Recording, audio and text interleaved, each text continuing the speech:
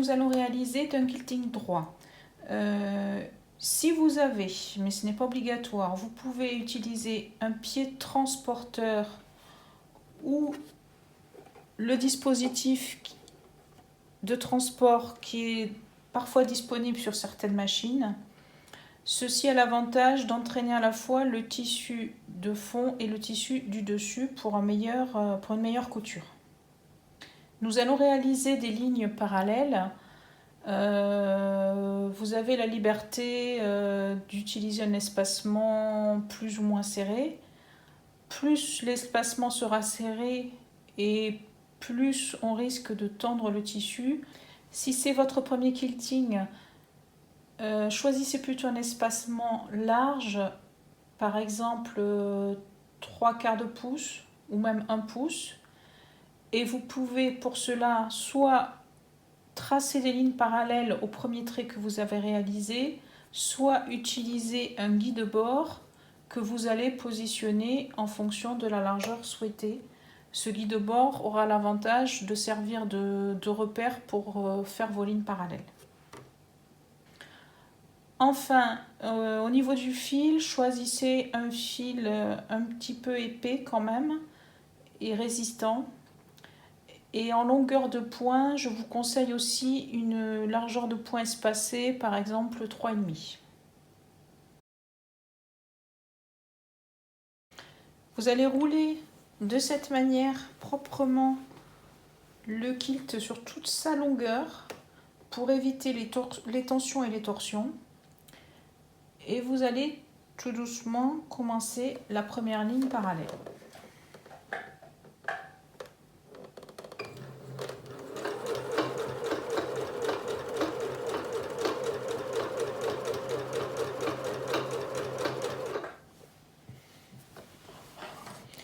Il faut de temps en temps s'assurer que le tissu est bien droit et un peu tiré de chaque côté, mais pas trop,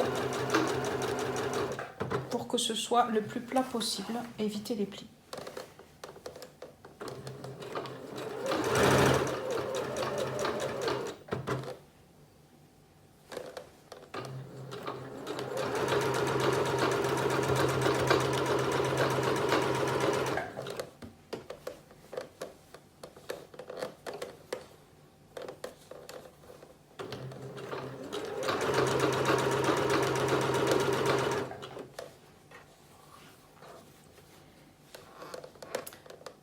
Vous vous arrêtez ensuite, une fois que vous avez dépassé le molleton, mais surtout ne cousez pas sur la bordure.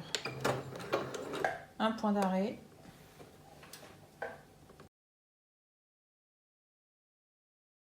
Pour faire la deuxième ligne, ne retournez surtout pas votre kilt, vous recommencez par le haut et vous alignez votre guide bordure qui est ici sur votre premier trait de couture.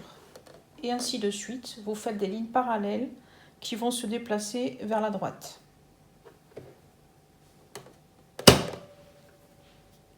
Pour éviter au maximum les torsions et les tensions, gardez bien votre kilt sur les genoux, puisqu'il ne doit y avoir, et étendez-le de l'autre côté de la table, sur la partie gauche, parce qu'il ne doit y avoir aucun poids. Il faut limiter au maximum le poids, puisque c'est le poids qui tire le tissu et donc provoque des torsions. Un petit complément d'information pour terminer la couture, une fois que vous avez fini la ligne parallèle, faites votre point vraiment juste à la fin de votre top. N'allez pas si loin comme ceci, puisque comme nous allons utiliser le tissu de fond, on va le replier et les coutures seraient donc apparentes. Donc arrêtez-vous bien juste après votre tissu de dessus.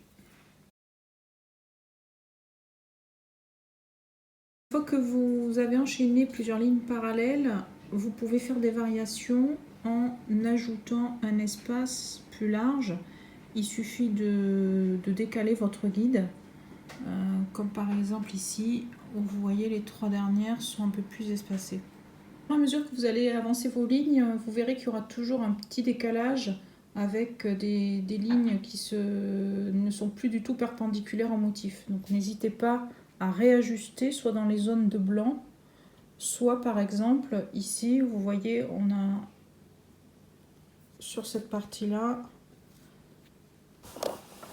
j'en ai profité pour me réaligner cette ligne à la perpendiculaire du carré. Donc vous voyez que les lignes blanches s'écartent de plus en plus, mais c'est moins visible à l'œil qu'un trait blanc qui va venir en diagonale du carré.